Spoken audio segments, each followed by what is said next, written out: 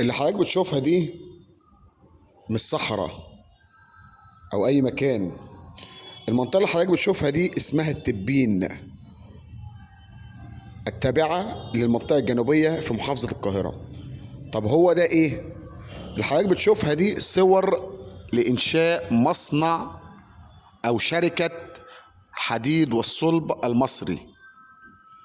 الكلام ده في الستينيات القرن الماضي.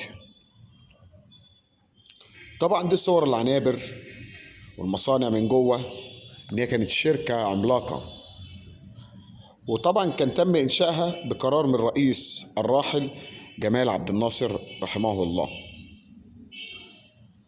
صور إنشاء الخطوط